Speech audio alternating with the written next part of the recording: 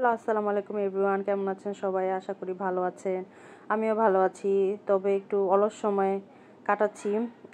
কেন জানি ভালো লাগে না ইদানিং, শুধু এই পান্ডার মতো শুধু খেতে ইচ্ছা করে আর ঘুমোতে ইচ্ছা করে, আর শরীর নিয়ে নড়াচড়া করতে ইচ্ছা করে না, এভাবে শুয়ে বসে থাকতে ইচ্ছা করে। হা হা হা। জোকস আপার্ট, পান্ডা দেখে বুঝে যাচ্ছেন আজকে কোথায় যাব। জি, আপনাদের সবার ফেভারিট পান্ডা ডাম্পলিংসে, যেটা হোসনা সেন্টারে 2nd ফ্লোরে।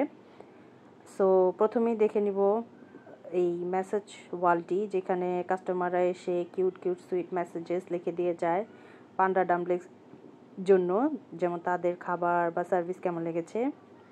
তারপর ঢুকেই এন্ট্রেন্সের হাতের ডানে একটি প্লাশি সফটি টয়েজের কর্নার রাখা, যেটা আমার খুবই ভালো লেগেছে। এটা বাচ্চাদের জন্য খুবই আকর্ষণীয় একটি জায়গা।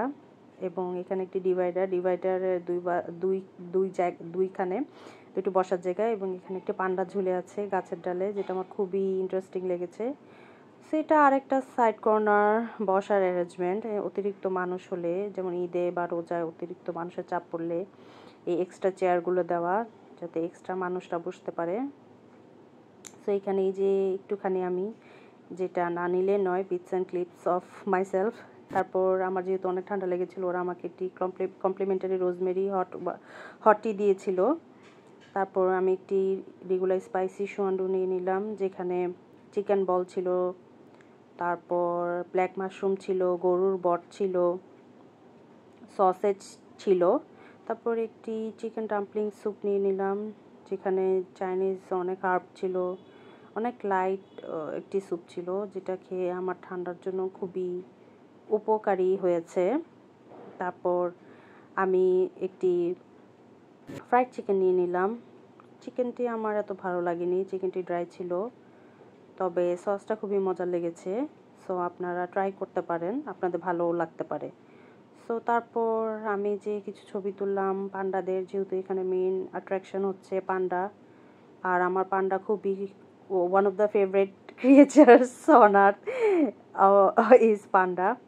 সো আমি যে খাবারের কিছু ছবি তুললাম, মানে আমার ছবি না তুললে ভালো লাগে না। আমার মনে হয় এটি প্রত্যেকটি মেয়েরই একটি ফেটিশ, যে রেস্টুরেন্টে খাবার খেতে গিয়ে ছবি তুলে। যে দেখেন, খেয়ে সব সাফ করে ফেলেছি, এরপরও খাবারের ছবি তোলা বন্ধ হচ্ছে না। এই আর কি। তারপর ইন্টেরিয়র কিছু ছবি তুললাম। তারপর এগুলো এসে বাসায় আমি এডিট করি, আমার খুব ভালো লাগে, এবং পরে দেখি, রিচেক করি।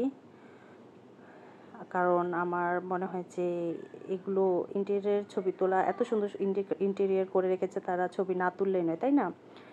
সো আজকের জন্য এতটুকুই গাইজ। আগামীতে আবার কোনো একটি ভিডিও নিয়ে চলে আসবো আপনাদের জন্য। So till then, like, comment, share to my channel and keep supporting me. Allah হাফেজ।